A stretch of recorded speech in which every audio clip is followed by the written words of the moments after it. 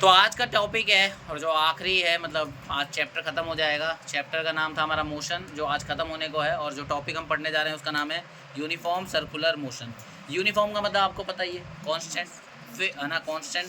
Circular मतलब जो circle path में ट्रेवल करे, और मोशन का मतलब पता है जो अपनी पोजीशन चेंज करे। तो एक ऐसी बॉडी जो अपनी पोजीशन चेंज करती है सर्कल पाथ में यूनिफॉर्म रेट से, यूनिफॉर्म समझते हो, यूनिफॉर्म स्पीड से। तो अगर कोई बॉडी एक सर्कल पाथ में मोशन कर रही है, कैसे? यूनिफॉर्म स्पीड के साथ। यूनिफॉर्म स्पीड का मतलब क्या? वो अपनी स्पीड चेंज नहीं कर रही है, तो वो क्या कहलाएगी?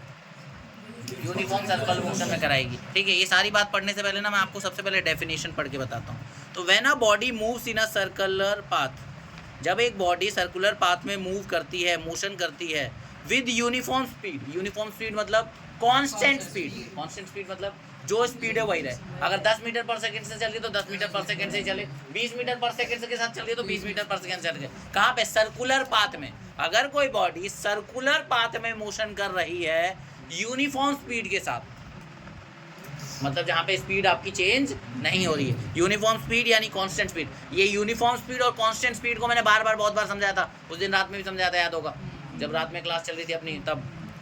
It's motion is called uniform circular motion. तो उस मोशन को हम लोग क्या बोलते हैं? अगर बॉडी स्ट्रेट पाथ में ऐसे स्ट्रेट रोड पे चल रही होती तो क्या वो यूनिफॉर्म स्पीड वाले फिक्स रहती, तो क्या यूनिफॉर्म सर्कुलर मोशन होता? नहीं, वो यूनिफॉर्म मोशन होता, लेकिन यूनिफॉर्म सर्कुलर नहीं होता। बताओ क्यों? क्योंकि उसका जो पाथ है वो सर्कुलर नहीं है। अगर वो सर्कुलर होगा तो यूनिफॉर्म। सर्कुलर पाथ में चलना है, मोशन करना है, और साथ में स्पीड कैसी रखनी है? कांस्टेंट। तो मोशन क्या कहलाएगा? डेफिनेशन क्लियर है? अगर डेफिनेशन क्लियर है तो कुछ बातें और पढ़ते हैं यूनिफॉर्म सर्कुलर मोशन के बारे में। पहला, व्हेन अ बॉडी और car moves in a circle it is called circular motion. Simple बात है, अगर कोई बॉडी या कार या कोई भी चीज़ सर्कल पाथ में घूमती है तो हम क्या बोलते हैं? सर्कुलर मोशन बोलते हैं। क्या बोलते हैं? और इसी सर्कुलर मोशन के दौरान अगर वो अपनी स्पीड भी कांस्टेंट रख ले, स्पीड को चेंज ना करे, तो यूनिफॉर्म सर्कुलर मोशन कहला जाएगा। ठीक है, तो अ सर्कुलर ट्रैक और circular path can be suppose to be made up of an infinite number of sides. अच्छा देखो, सर्कुलर पाथ की बात करते हैं। जो सर्कुलर पाथ है ना, उसमें अगर बहुत सारी छोटी साइड्स को जोड़ दो तो बहुत सारी छोटी साइड्स मिला के क्या बनाएंगे? सर्कल। मैं आपको एक एग्जांपल देके समझाना चाहूँगा। देखो इधर थोड़ा, यहाँ पे जैसे मान लो, जैसे ना ये देखो, ये मैं आपको बना रहा हूँ, ये आपको क्या दिख रहा है? 1 2 3 4 5 6, 2 2 4 5 6, तो ये क्या है? हमारा हेक्सागन है। अच्छा, मैं इस साइड को और छोटा करता हूँ, ऐसे और छोटी साइड बनाता जाऊँ, तो एक टाइम के बाद ये जो छोटी साइड है क्या बना लेगा? सर्कल नहीं बना लेगा। तो इस सर्कल में क्या कह रहा है कि जो सर्कल है ना, सर्कुलर जो पाथ है या जो सर्कल ट्रैक है, वो कुछ नहीं है, वो बहुत छोटी साइड से मिला हुआ क्या है? एक पाथ है, एक रास्ता है, या सर्कुलर पाथ है। समझ आई बात? मतलब सर्कल में आप देखो तो छोटे क्या होंगे? छोटी साइड्स होंगी। अब वो छोटी साइड इतनी छोटी हो चुकी है कि वो क्या बना चुकी है? पूरी की पूरी कर्व लाइन बना चुकी है और पूरा एक सर्कल पाथ बना चुका है। ठीक है, तो ये लाइन क्लियर है? ठीक है, आगे। When a body moves in a circular path then its direction of the motion और direction of velocity keep changing continuously. क्या कह रहा है? बात को ध्यान से समझो। कह रहा है कि जब एक बॉडी जो है सर्कुलर पाथ में घूमती है तो पता है एक चीज़ होती है, उसकी डायरेक्शन हर टाइम बदल रही होती है। एग्जाम्पल के तौर पर आप देखो, जैसे ये बॉडी है, ठीक है, सपोज ये है। जैसे मान लो ना, ये पेन को देखो, ये है पेन, इसको मैं मोशन करा रहा हूँ ऐसे। देखना पेन के वो पेन की निब को देखो, पेन की निब देख रहे हो? पेन की निब की डायरेक्शन देख रहे हो ना आप? हर टाइम पे चेंज हो रही है कि नहीं हो रही है? मैं सर्कुलर पाथ में घुमा रहा हूँ ऐसे,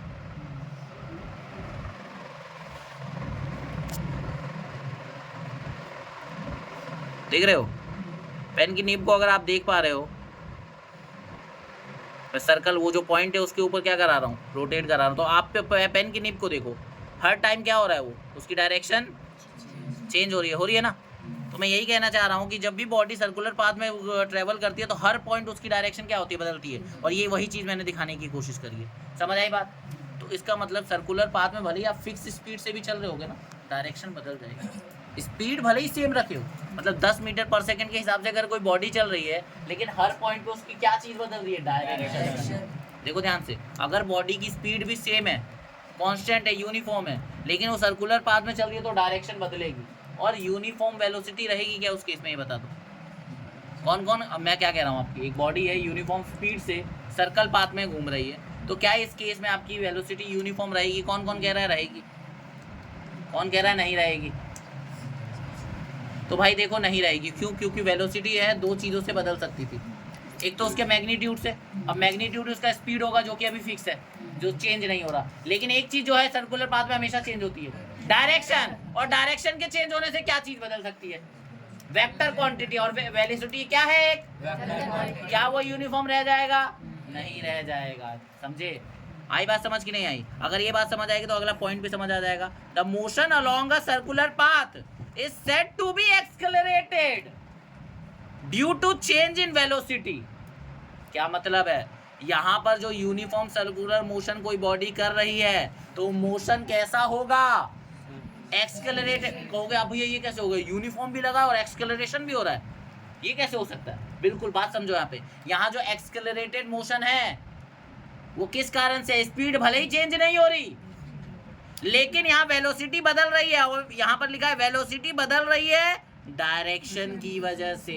और ये बात जब मैंने आपको यूनिफॉर्म वेलोसिटी पढ़ाया था तो वहाँ पे लिखवाई थी कि वेलोसिटी दो तरीकों से बदल सकती है, या तो उसका मैग्नीट्यूड बदल दो या उसका डायरेक्शन बदल दो। एक काम करते हैं, उस पेज पे एक बार वापस पहुँचते हैं। देखो हम लोग आ चुके हैं वहीं पे वापस से। देखो यहाँ पर दिखाया था ना, the velocity of body can be change और we can say become non uniform और variable by two ways, by changing the speed of the body यानी कि मैग्नीट्यूड, और by keeping the speed constant. और यूनिफॉर्म सर्कुलर मोशन में speed constant था लेकिन changing the direction. तो speed बदल दो यानी मैग्नीट्यूड बदल दो, और स्पीड मैग्नीट्यूड नहीं बदल रहे हो और अगर उसे कांस्टेंट रख रहे हो, अगर स्पीड कांस्टेंट रखने का मतलब यूनिफॉर्म स्पीड हुआ कि नहीं हुआ? और सर्कुलर मोशन में कांस्टेंट स्पीड थी लेकिन डायरेक्शन तो बदल रही थी ना। कैसे बदल रही थी? मैंने आपको पेन के एग्जांपल से समझाया, उसे सर्कुलर पाथ में मूव कराने की कोशिश करी और आपने देखा तो उसकी हर डायरेक्शन चेंज हो रही थी। समझ आ रही बात? तो हो रही थी, इसका मतलब ये बात समझ गए कि नहीं आप? तो अगर डायरेक्शन चेंज हो रही है, अगर वो यूनिफॉर्म से नॉन यूनिफॉर्म बन रही है और जब भी वेलोसिटी में चेंज आता है तो क्या चीज़ प्रोड्यूस होती है? एक्सेलरेशन। तो हम क्या बोल सकते हैं कि जो मेरा आपका मोशन था वो कैसा था? एक्सेलरेटेड है। तो कोई अगर पूछेगा तो जवाब दे दोगे? चलो आगे देखो, डेफिनेशन तो आपको समझ आ गई थी। तो अगर कोई बॉडी यूनिफॉर्म मतलब अगर कोई बॉडी सर्कुलर पाथ में यूनिफॉर्म स्पीड के साथ ट्रेवल कर रही है तो हम उसे क्या बोलेंगे? Uniform circular motion. ठीक है, चलो। The motion in a circle with constant और uniform speed is an example of accelerated motion. कह रहा है कि अगर कोई बॉडी सर्कल पाथ में कांस्टेंट स्पीड के साथ ट्रेवल करती है तो ये यूनिफॉर्म सर्कुलर मोशन तो कहलाएगा, लेकिन ये और किसका एग्जांपल है? एक्सेलरेटेड मोशन का। तो अगर कहीं आपसे कोई क्वेश्चन पूछ ले कि एक ऐसा एग्जांपल दो जहाँ पे आपका मोशन एक्सेलरेटेड हो लेकिन स्पीड आपकी कांस्टेंट रहे, तो आप कह सकते हो कि जब बॉडी सर्कल पाथ में ट्रेवल करेगी, क्योंकि एक इकलौता केस वही है जिसमें आप स्पीड को कांस्टेंट भी रखो, स्पीड नहीं बदले लेकिन एक्सेलरेशन भी आ जाए। तो ये कम मुमकिन है जब बॉडी सर्कुलर पाथ में गिने, क्योंकि यहाँ पे एक्सेलरेशन आया किसे? डायरेक्शन चेंज होने की वजह से, स्पीड चेंज होने की वजह से नहीं, क्योंकि वेलोसिटी बदल गई और वेलोसिटी बदल गई तो एक्सेलरेशन आ जाएगा। ठीक है, क्योंकि change in velocity upon time ही क्या था हमारा? एक्सेलरेशन। अब इसके बाद देखो एक टॉपिक आता है सेंट्रीपिटल फोर्स। क्या आता है? ठीक है, पहले बताओ, पहले टॉपिक में डाउट है? नहीं है। तो अब हम लोग करने जा रहे हैं क्या? Centripetal force. चलो मैं पढ़ता हूँ पहले। The force which is needed to make an object travel in a circular path is called centripetal force. क्या कह रहा है? ध्यान से देखो, वो फोर्स जिसकी जरूरत पड़ती है किसी ऑब्जेक्ट को सर्कुलर पाथ में ट्रेवल कराने के लिए। देखो भाई, अगर किसी बॉडी को सर्कुलर पाथ में ट्रेवल कराना है तो फोर्स तो देना पड़ेगा। फोर्स आपको किसी एनर्जी से मिलेगी, आप एनर्जी खर्च करोगे तो फोर्स होगा, और उस फोर्स की मदद से आप क्या कराओगे? उस बॉडी को सर्कुलर पाथ में ट्रेवल करा रहे हो। तो जिस फोर्स की जरूरत आपको पड़ रही है बॉडी को सर्कल पाथ में ट्रेवल कराने के लिए, मूव कराने के लिए, उस फोर्स को हमने क्या नाम दिया है? अब वो फोर्स कोई सा भी फोर्स हो सकता है वो फोर्स ग्रेविटेशनल फोर्स हो जो सेंट्रीपिटल फोर्स का काम कर रहा है, या कोई और फोर्स भी हो सकता है। ठीक है, तो हम अब एक एक करके थोड़ा सेंट्रीपिटल फोर्स को और थोड़ा सा जानकारी के साथ पढ़ते हैं। एग्जाम्पल के तौर पर आपने कभी क्या बोलते हैं, कोई रस्सी वगैरह जिसमें पत्थर बंधे उसे ऐसे कभी घुमाया होगा। ठीक है, तो मान लो कि एक स्टोन जो है वो एक थ्रेड यानी कि धागे के साथ बना हुआ है, आप उसे रोटेट कर रहे हो, एक पर्सन उसे रोटेट कर रहा है सर्कुलर पाथ में। ठीक है, then pull of thread is the force which makes the stone move in a circle, ठीक है। जो धागा उस पत्थर को खींच रहा है ना अपनी तरफ की ओर, ठीक है, जो धागा वो खींच रहा है, जो धागे से वो पत्थर खींच रहा है, ठीक है, जो पुल कर रहा है वो, उसकी वजह से क्या कर रहा है, वो पत्थर किस तरफ घूम रहा है, सर्कुलर पाथ में। अच्छा, ये जो पुल मिल रहा है ये कौन दे रहा है, वो जो पर्सन है उसके हाथों से वो पुल मिल रहा है, ठीक है, जो थ्रेड को पकड़े हुए है। तो एक पर्सन ने थ्रेड पकड़ा है और उसको ऐसे जब वो घुमाता है तो यहाँ से एक फोर्स मिलता है धागे के पास, धागे के पुल की वजह से एक फोर्स मिलता है जिसकी वजह से पत्थर क्या करता है, सर्कुलर पाथ में मूव करता है। तो यहाँ पर उस फोर्स को मैं क्या कह सकता हूँ, सेंट्रीपिटल फोर्स। तो सेंट्रीपिटल फोर्स का मतलब क्या हुआ, वो फोर्स जिसकी वजह से कोई बॉडी सर्कुलर पाथ में ट्रेवल कर पा रही है, ठीक है। तो इस एग्जांपल से बात क्लियर हुई, ठीक है।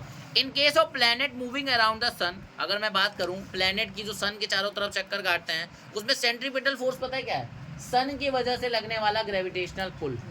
तो मतलब जो सन ग्रेविटेशनल पुल लगा रहा है, जो ग्रेविटेशनल फोर्स सन और प्लैनेट्स के बीच में है, उसी ग्रेविटेशनल फोर्स की वजह से पता क्या है, प्लैनेट जो है सन के चक्कर काट रहे हैं। तो यहाँ पर कौन सा है सेंट्रीपिटल फोर्स, जिसकी वजह से प्लैनेट सन के चक्कर काट रहे हैं, वो कौन है, ग्रेविटेशनल फोर्स, पुल, ठीक है। In case of satellite, satellite समझते हो, जो प्लैनेट के चक्कर काटते हैं, जो प्लैनेट यानी धरती के या किसी और प्लैनेट के चक्कर काट रहे हैं, वहाँ पर सेंट्रीपिटल फोर्स क्या है, फिर से क्या है आपका, ग्रेविटेशनल पुल है। अब कहोगे ग्रेविटेशनल पुल क्या होता है, तो ध्यान रखिए ग्रेविटेशनल पुल मतलब होता है कोई भी बॉडी जब दूसरे बॉडी को अपनी तरफ अट्रैक्ट करती है किसी फोर्स के साथ, उसे हम ग्रेविटेशनल फोर्स कहते हैं, ठीक है। अब कहोगे ग्रेविटेशन के बारे में और जानना है, तो और जानने के लिए आपको कुछ नहीं, क्लास 9 का ग्रेविटेशन चैप्टर पढ़ना होगा, जो मैं आपको बाद में पढ़ाऊंगा। अभी आपके क्लास में एक चैप्टर है जिसका नाम क्या है, ग्रेविटेशन, उसको हम डिटेल में पढ़ने वाले हैं, ठीक है, समझ आई बात। उसको डिटेल में पढ़ेंगे, आपको ग्रेविटेशन के जितने भी डाउट है आपको क्लियर हो जाएंगे। फिलहाल के लिए आप समझ लो, दो बॉडी जब आपस में एक दूसरे को अट्रैक्ट करती है जिस फोर्स के साथ, उसे हम क्या बोलते हैं, अब इसका एक फॉर्मूला होता है, क्या होता है, अब उसके बारे में हम ग्रेविटेशन चैप्टर में पढ़ेंगे, ठीक है। अब ध्यान रखो यहाँ पर जो ग्रेविटेशनल जो पुल है, जो फोर्स है, वो कौन से फोर्स का काम कर रहा है, सेंट्रीपिटल फोर्स का काम कर रहा है। अच्छा, सेंट्रीपिटल फोर्स का मतलब क्या हुआ, जिसकी वजह से कोई चीज़ सर्कुलर पाथ में मूव कर रही है, ट्रैवल कर रही है, ठीक है। अब कह रहे हैं ना यूनिफॉर्म सर्कुलर मोशन के कुछ एग्जांपल्स की बात कर लेते हैं। आर्टिफिशियल सैटेलाइट जो यूनिफॉर्म सर्कुलर मोशन में धरती के चारों तरफ घूमती है, ये पहला एग्जांपल हो गया। दूसरा, जो मून है जो यूनिफॉर्म सर्कुलर मोशन करता है धरती के चारों तरफ घूम, ठीक है। इसके बाद जो अर्थ है वो क्या करती है, धरती के मतलब सन के चारों तरफ किस मोशन में रहती है, यूनिफॉर्म सर्कुलर मोशन में रहती है, ठीक है। एक एथलीट है, अगर एक सर्कुलर ट्रैक पे कांस्टेंट स्पीड के साथ चलता है तो उसका भी मोशन कैसा होगा, यूनिफॉर्म सर्कुलर मोशन। एक एथलीट मतलब भागने वाला, वो अपनी स्पीड फिक्स रखा हुआ है और सर्कल पाथ में घूम रहा है, तो कौन सा मोशन हो जाएगा, यूनिफॉर्म सर्कुलर मोशन। अच्छा, जो सेकेंड हैंड है या जो घड़ी है, उसकी जो सुइयाँ हैं, उसका टिप देखो, उसके टिप को अगर आप देखोगे तो वो भी यूनिफॉर्म सर्कुलर मोशन कर रहा है। वो घड़ी की सुई को नहीं कह रहा हूँ, जो उसका टिप है, आखिरी जो कोना है, उसको अगर आप देखो तो वो भी कैसा मोशन कर रहा है, यूनिफॉर्म सर्कुलर मोशन कर रहा है, ठीक है। अच्छा, ये चीज़ अगर आपको समझ आ गई, तो अगर कोई बॉडी यूनिफॉर्म सर्कुलर मोशन कर रही है तो उस दौरान अगर उसकी स्पीड निकालनी हो तो पता कैसे निकालेंगे, देखो आपको पता है कि स्पीड का फॉर्मूला क्या होता है, डिस्टेंस अपॉन टाइम होता है। अच्छा, एक बात बताओ, कोई अगर बॉडी मान लो इस पॉइंट से चलना चालू करती है, पॉइंट ए कह देता हूँ,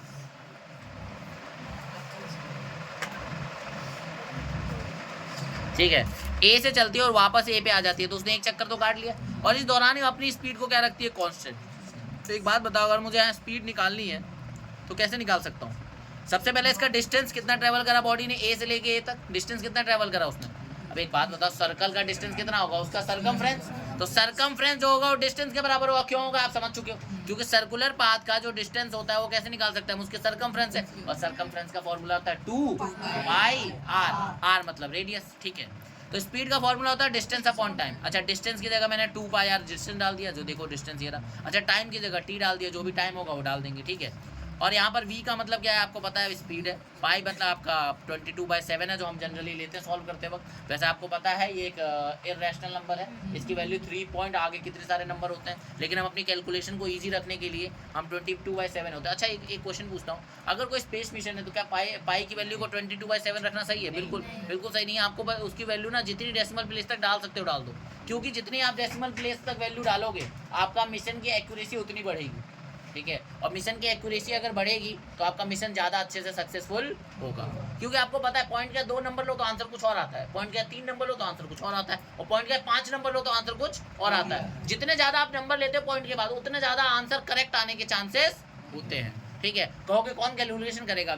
सुपर कंप्यूटर्स जो हमने बनाए हैं, हम मतलब इंसानों ने, वो करेंगे कैलकुलेशन वैल्यू डालने पे। इसलिए आज तो सुपर कंप्यूटर, उसी की वजह से तो इतने बड़े मिशन सक्सेसफुल हो पाते हैं, ठीक है, क्योंकि वो कैलकुलेशन करते हैं। और आर मतलब क्या हो गया है? रेडियस। अच्छा, इस पर एक न्यूमेरिकल भी है, हम एक न्यूमेरिकल कर सकते हैं। फॉर एग्जांपल मैं कह दूं कोई एक प्लेनेट है, मतलब या फिर मैं कह सकते एक सैटेलाइट है, वो धरती के चारों तरफ चक्कर काट रहा है, ठीक है, तो धरती का रेडियस आप लोगों को पता होगा कितना? नहीं पता तो फैक्ट वाली बात है, मैं आपको अभी बता देता हूँ। तो आप लगा लो धरती का रेडियस, ठीक है, धरती का रेडियस लगा लो, डिस्टेंस कितना हो जाएगा? जब आपको रेडियस पता चलेगा तो डिस्टेंस निकालोगे 2πr लगा के। और मान लो मैं कह देता हूँ उसको चक्कर काटने में 24 घंटे या 48 घंटे का समय लगता है, ठीक है, तो आप उसको टाइम की जगह में डाल दो, आपको आंसर मिल जाएगा किलोमीटर पर आवर में। इस डिस्टेंस को आप किलोमीटर में ले लो और टाइम को आप ले लो आवर में, आपका आंसर आ जाएगा। मीटर पर सेकंड में बहुत बड़ा आंसर, मतलब बहुत ज़्यादा कैलकुलेशन करनी होगी, ठीक है। तो एक न्यूमेरिकल कर लेते हैं इससे रिलेटेड, ठीक है, कराऊँ?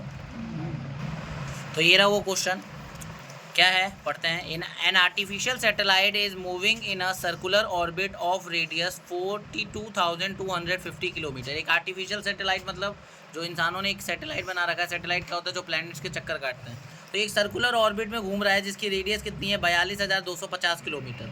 Calculate its speed if it takes 24 hours to revolve around the earth. कह रहा है कि अगर धरती के वो पूरा एक चक्कर काटने में, रिवॉल्व करने में 24 घंटा लेता है, तो मतलब एक चक्कर ही हो गया, यानी कि एक सर्कल पाथ हो गया, पूरा एक सर्कुलर पाथ घूम गया वो। अगर एक वो पूरा सर्कुलर पाथ घूम गया तो रेडियस आपको दी हुई है, आपको क्या बोला है कि उसकी स्पीड निकालो। तो देखो रेडियस मैंने लिख लिया, कितना है? इतना 42,250 किलोमीटर। टाइम कितना है? 24 आवर्स। स्पीड निकालनी है, डिस्टेंस हो जाएगा हमारा 2πr। तो स्पीड का फॉर्मूला होता है डिस्टेंस अपॉन टाइम।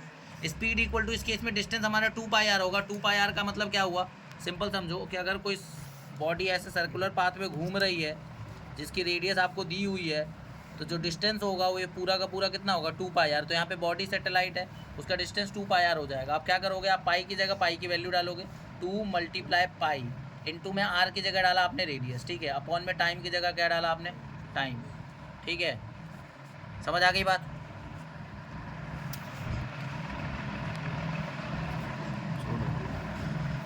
इसके बाद क्या करना है?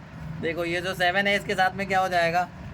ये मल्टीप्लाई हो जाएगा 24, क्योंकि आपको पता है डिवाइड में हो रहा है, रेसिप्रोकल करके आना नीचे ही है ये, ठीक है। अब आपको कुछ नहीं करना है, यहाँ पे कैलकुलेशन करनी है। तो आओ कैलकुलेशन करते हैं। 2 × 1 = 2, कट गया, ठीक है। 11 बार में ये चला गया, ये 6 बार में ये चला गया, ठीक है। इसको कट करेंगे, 3 बार में ये चला जाएगा, ये चला गया, ठीक है। अब हम इसको बस डिवाइड करना रह रहा है। 3 के टेबल से जाता है, एक बार चेक करो, 5 2 7 1 8 1 9 9 2 11। 3 के टेबल से नहीं जाता।